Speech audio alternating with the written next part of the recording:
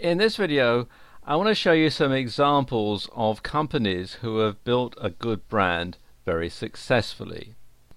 And I've selected three companies that I think present their brands very well. The first one is Apple, and you can see here their website at apple.com.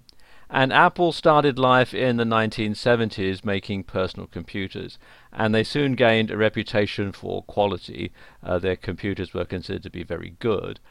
But on the downside, they were also considered to be very expensive, and there was only a limited amount of software that you could get to run on them.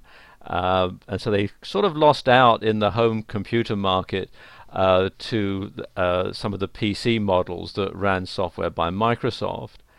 But of course, they reinvented themselves years later with these very high-tech gadgets, things like the iPod, the iPhone, the iPad. Now you've got the iWatch, and what they really do is they've now positioned themselves as a premium brand. They are an aspirational brand. They're a brand that you buy because you can afford it, and that means that they are now one of the world's most successful companies. They also have a very healthy balance sheet, which probably wasn't the case when they were trying to compete one-on-one with lots of other computer companies in the home computer market.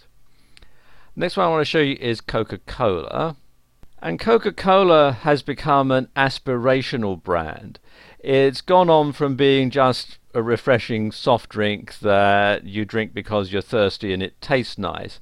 They've actually gone on to position themselves as being part of a lifestyle, as you can see from their current slogan, Open Happiness.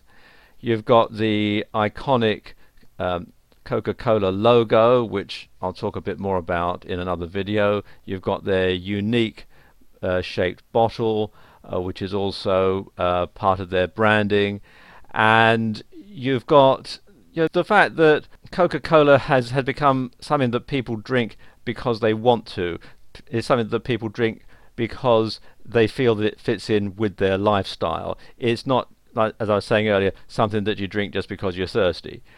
And this is all down to the way that they've positioned their brand. It's all down to their advertising campaigns. It's all down to the fact that they make sure that their signage is seen in supermarkets, in trendy cafes. It's seen by the roadside. It's seen on storefronts, and it's seen all over the world, all the different regions where they operate. And the fact that they've been going for a long time, and the fact that they've been able to sort of have a lot of saturation advertising, so that Coca-Cola becomes the go-to brand in this particular niche. One other one that I want to show you is Land Rover. And Land Rover started out life as a division of the Rover car company, which later on went on to become part of the now defunct British Leyland Group. And the original Land Rover was a cheap and easy to maintain four-wheel drive vehicle, which was popular with farmers and with the British Army. These days, of course, Land Rover is a brand in its own right, and it's, like Coca-Cola, is an aspirational brand. And you can see the sort of things here that they do. Let me just scroll down a bit further. And you can see the sort of vehicles that they have.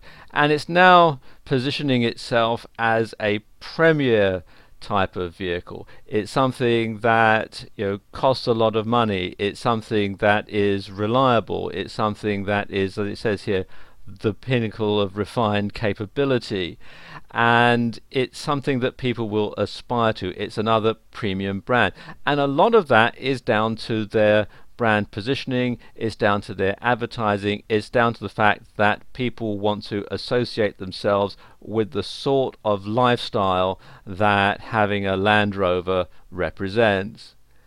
And so that's something to think about when you're trying to position your brand, as to, do you want it to become an aspirational brand? Do you want people to think about the sort of lifestyle that having your product associating themselves with your brand is going to bring them? And that is the secret to a lot of success when it comes to branding.